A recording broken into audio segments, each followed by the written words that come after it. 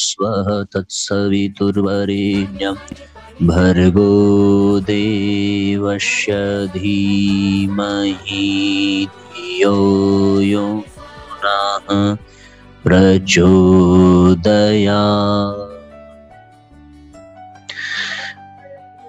परम पूज्य गुरुदेव परम वंदनीय माता जी के चरणों में नमन करते हुए ऑनलाइन दैनिक स्वाध्याय में जुड़ने वाले हमारे सभी आत्मीय बंधुओं को सादर प्रणाम करते हुए आज के सत्र का शुभारंभ करते हैं।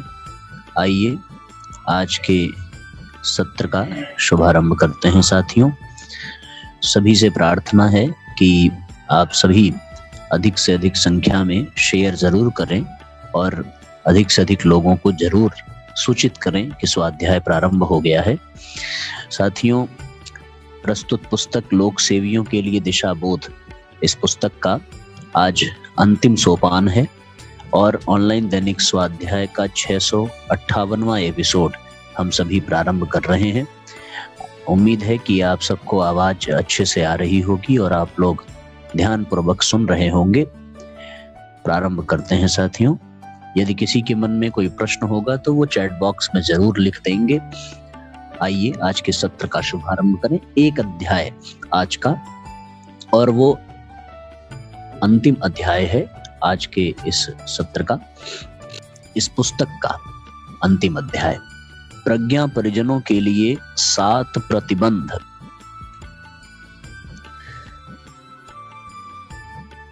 जून 1971 में जब पूज्य गुरुदेव अनिश्चित काल के लिए हिमालय यात्रा पर जा रहे थे और वंदनीय माता जी ने भी मथुरा छोड़कर शांति कुंज हरिद्वार में रहने का निर्णय किया था, उस समय पूज्य गुरुदेव ने अपने अनुयायियों के लिए 7 अनिवार्य प्रतिबंध घोषित किए थे। उन्हें युग निर्माण मासिक में भी प्रकाशित किया गया था तथा अलग से प्रपत्र छपवा कर भी वितरित किए गए थे। प्रतिबंध उसी रूप में यहाँ दिए जा रहे हैं क्योंकि उन्हें अनिवार्य अनुशासनों के रूप में जन जन तक पहुंचाने से ही मर्यादाहीनता एवं भटकावों से बचा जा सकता है। सन 71 के बाद पूज्य गुरुदेव एवं वंदनीय माता जी द्वारा स्थूल देह त्याग तक की काल अवधि में उक्त अनुशासनों के स्वरूप में जो स्वाभाविक परिवर्तन हुए हैं उन्हें अलग से टिप्पणियां देकर स्पष्ट किया गया है। नैष्ठिक परिजनों को इन पर खास ध्यान देना चाहिए तथा इस संदर्भ में पूरी जागरूकता बरतनी चाहिए। इनका उल्लंघन किसी भी क्षेत्र में न किया जाए और न करने दिया जाए। पूज्य गुरुदेव द्वारा स्थापित अनुशासनों की जानकारी के अभाव में ही जनता भ्रमित होती है, ऐसी स्थिति यथाशक्ति न आने दी जाए। पहला है संगठन। युग निर्माण आंदोलन की हर सदस्य और हर शाखा के सीधा संबंध केंद्र से रहे। क्षेत्रीय प्रांतीय संगठन अलग से खड़े न किए जाएं। परस्पर सहयोग करना दूसरी बात है, पर ऐसे मध्यवर्ती संगठन आमतौर से व्यक्तिगत महत्वाकांक्षा की पूर्ति और केंद्र से प्रतिद्वंदिता करने के लिए ही बनते हैं। इन प्रयासों को पूर्णतया निरुत्साहित किया जाए। केंद्र को हम इतना समर्थ बनाए जा रहे हैं, भविष्य में बनाते रहेंगे कि वह भारत का ही नहीं समस्त विश्व का एक स्थान से समुचित सूत्र संचालन कर सके। बहुत ही महत्वपूर्ण सूत्र गुरुदेव ने दिया है कि अलग से कोई संगठन कभी बनाने की बिल्कुल आवश्यकता नहीं है। इन्हें नए तरीके से केंद्र से जुड़ करके ही सदैव कार्य करने का विशेष अनुशासन पूज्य गुरुदेव ने दिया है। आइए आगे बढ़ते हैं। यहाँ तक सबको स्पष्ट हो गया होगा। अगले पृष्ठ की ओर चलते हैं। तब से अब तक अपने मिशन के अनुयायियों की संख्या बहुत बढ़ गई है। संगठन की तमाम क्षेत्रीय इकाइयां शाखाओं, मंडलों एवं पीठों के रूप में स्थापित हो गई हैं। फिर भी यह तथ्य आज भी अपनी जगह स्थिर है कि कोई किसी के अधीन नहीं है। सबको केंद्र से सीधा संपर्क बनाए रखने का अधिकार है। क्षेत्रीय परिस्थितियों और आवश्यकताओं के अनुसार परस्पर सहयोग द्वारा संगठित होकर कार्य करने वाली इकाइयां श्रेय की पात्र कही जाती हैं। जगह जगह समर्थ सहयोगी तंत्र भर खड़े करने का प्रयास करना अभिष्ट है। दूसरा प्रतिबंध है गुरु दीक्षा।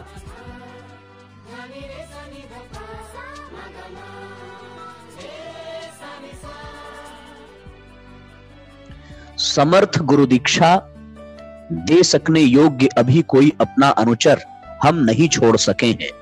असमर्थ व्यक्ति ही यह महान उत्तरदायित्व अपने कंधों पर उठावेंगे तो उनकी कमर टूट जाएगी और जो उनका आश्रय लेगा वह डूब जाएगा। इसलिए भविष्य में गायत्री मंत्र की गुरु दीक्षा लेनी आवश्यक हो तो लाल मशाल के प्रतीक को ही गुरु बनाया जाए। उस संस्कार संकल्प को कोई भी व्यक्ति करा सकेगा पर वह स्वयं गुरु न बनेगा। पूज्य गुरुदेव बहुत स्पष्ट कर गए हैं कि जैसे सिखों में ग्रंथ साहब तथा राष्ट्रीय संघ में ध्वज को ही गुरु रूप में स्वीकार किया गया है, उसी प्रकार गायत्री परिवार युग निर्माण अभियान के अंतर्गत लाल मशाल के प्रतीक को ही गुरु रूप में मान्यता दी जाए। युग शक्ति के रूप में अवतरित आदि शक्ति गायत्री की दीक्षा गुरु तत्व के इसी प्रतीक के माध्यम से दी जाती रहेगी। इस संदर्भ में यह सूत्र ध्यान देने योग्य है। पहला, दीक्षा गायत्री महाविद्या की कही जाएगी। दूसरा, वेद माता देव माता गायत्री को विश्व माता के रूप में सबके लिए सुलभ बनाने वाले इस युग के विश्वामित्र वेदमूर्ति तपोनिष्ठ युग ऋषि पंडित आचार्य श्रीराम शर्मा इस विधा के आचार्य हैं। श्रद्धालुओं को उन्हीं की सूक्ष्म एवं कारण सत्ता का संरक्षण प्राप्त रहेगा और उन्हीं के प्राण तप एवं पुण्य के अंश ही श्रद्धालुओं दिव्य चेतना की कलम लगाने जैसे चमत्कारी परिणाम उत्पन्न करेंगे। तीसरा, स्थूल रूप में कर्मकांड संपन्न कराने वाले मंत्र दोहरवाने वाले परिजन इस विधा में योगदान करने वाले सम्माननीय सहयोगी भर कहे जाएंगे। यह दूसरा प्रतिबंध था। सबको स्पष्ट रूप से समझ में आ गया होगा। तीसरा है सम्मेलन यज्ञ। युग निर्माण सम्मेलन कितने ही विशाल क्यों नहीं किए जाएं, पर उनके साथ जुड़े हुए गायत्री यज्ञ आमतौर से 9 कुंड से बड़े न किए जाने चाहिए। जहां कोई विशेष कारण हो, अधिक बड़ा यज्ञ करना अनिवार्य हो, तो उसे माता भगवती देवी की विशेष स्वीकृति से ही किया जाए। बड़े यज्ञों के जहां बड़े लाभ हैं, वहां उनमें बड़ी गड़बड़ियां भी देखी गई हैं। इसलिए यह थोड़े कुंडों का मध्यवर्ती मार्ग अपनाना ही दूरदर्शिता है। इसके विस्तार में बातों को और स्पष्ट करते हुए आगे लिखते हैं कि यज्ञायोजनों के पीछे पूज्य गुरुदेव के कुछ सुनिश्चित उद्देश्य रहे हैं, जैसे यज्ञीय ज्ञान एवं विज्ञान को विलुप्त होने से बचाकर जीवनोपयोगी बनाना,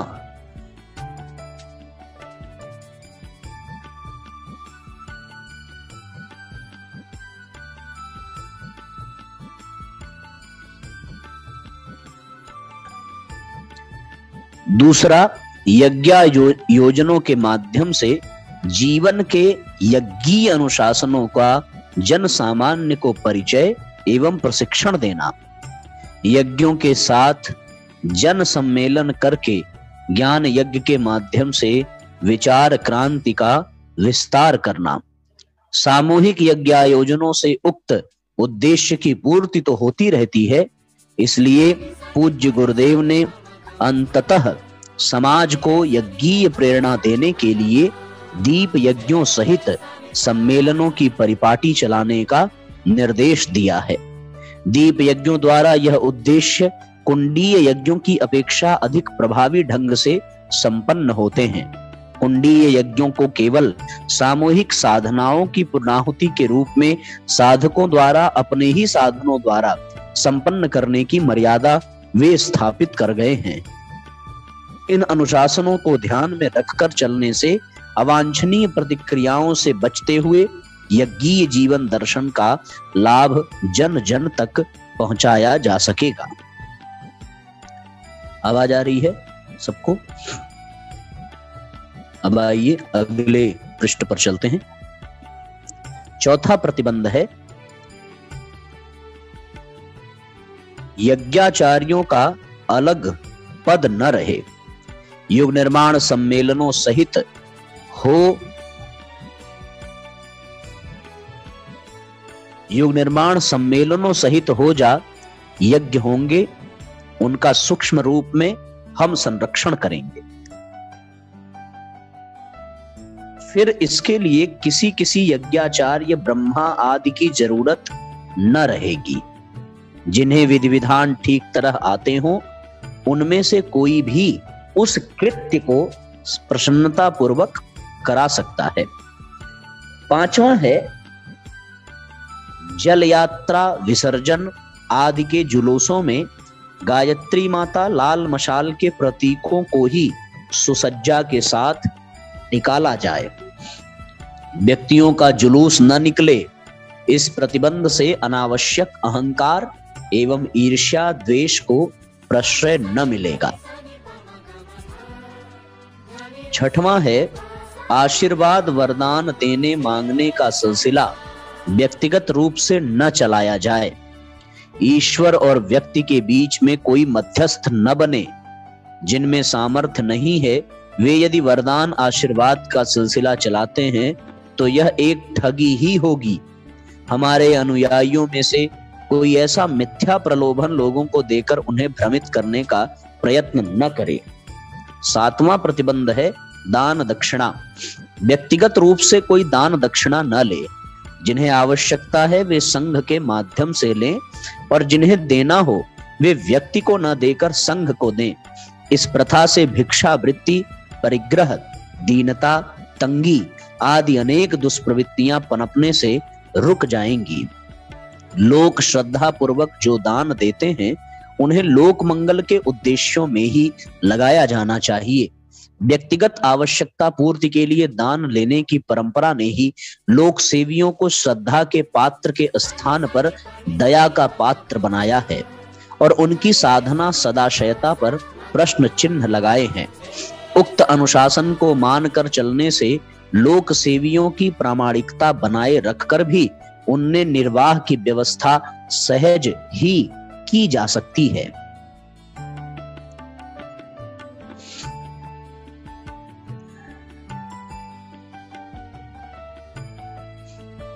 इस अर्थ प्रधान युग में अर्थानुशासन के इस सूत्र को विशेष जागरूकता के साथ अपनाया जाना चाहिए।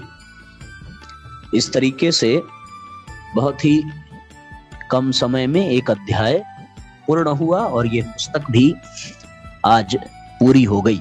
अब हम लोगों को अगली पुस्तक का स्वाध्याय प्रारंभ करने की आवश्यकता है।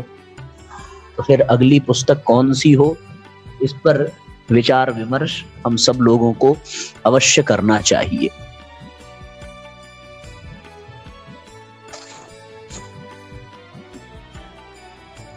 तो आइए, आज का ये जो स्वाध्याय था साथियों, ये विशेषकर उनके लिए था जिन्होंने लोकहित के लिए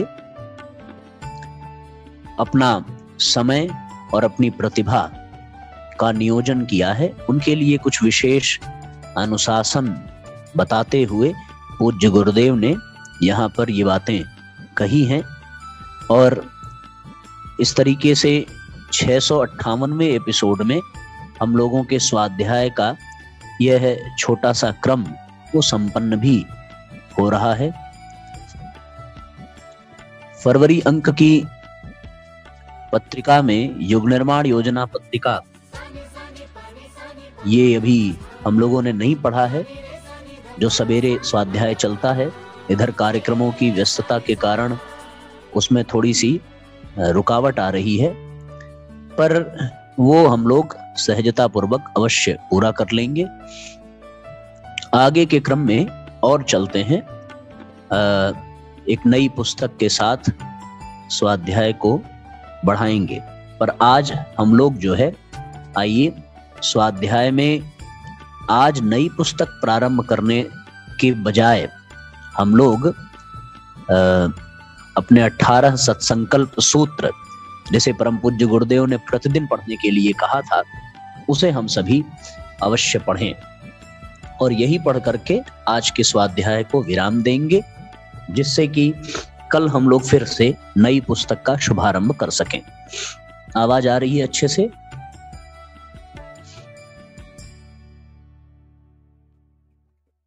जो परिजन जुड़े हैं वो नीचे अपना नाम और अपना स्थान अवश्य लिख करके भेजें, जिससे ये पता चले कि कौन कहां से जुड़ रहा है। युग निर्माण सत्संकल्प पाठ का महत्व बताते हुए पूज्य गुरुदेव ने वांग्मय में युग निर्माण जिसे लेकर गायत्री परिवार निष्ठा एवं तत्परता पूर्वक अग्रसर हो रहा है, उसका बीज सत्संकल्प है। उसी आधार पर हमारी विचारणा, योजना, गतिविधियों का कार्यक्रम संचालित होंगे, जिसे अपना घोषणा पत्र भी कहा जा सकता है। हम में से प्रत्येक को एक दैनिक धार्मिक कृत्य की तरह प्रातःकाल पढ़ना ही चाहिए। युग निर्माण सत्संकल्प हमें नित्य प्रातः उठते समय और रात सोते समय पढ़ना चाहिए। उसके अनुसार लेखा जोखा लेना चाहिए और जो भूलें उस दिन हुई वे दूसरे दिन न होने पाए, ऐसा प्रयत्न करना चाहिए। जीव को दिनों दिन शुद्ध करते रहा जाए। एक अन्य जगह गुरुदेव लिखते हैं इसकी महत्ता बताते हुए कि युग निर्माण के प्रत्येक अवसर पर भारी संघर्ष हुए हैं। इस बार भी उनका होना अनिवार्य है। अंतर केवल अस्त्रों का है। इस संघर्ष में विरोधी पक्ष तलवार के बजाय मति भ्रम फैलाने वाले गोले दागेगा। अपनी व अपने साथियों की रक्षा का उपाय करना होगा। आत्मरक्षा के लिए हम में से हर एक को सतर्क रहना चाहिए। इससे साधारण श्रेणी के दुर्बल परिजनों को बचाया जाना चाहिए। साथ ही ऐसे कुछ नीलकंठ भी निकालने चाहिए जो विष को समेटने के लिए अपने आप को खतरों में डाल दें। ये भविष्य में इस तरह से करना होगा, यह बात पूज्य गुरुदेव यहां पर लिखते हैं। अब आइए युग निर्माण सत्संकल्प सूत्र का स्वाध्याय करें।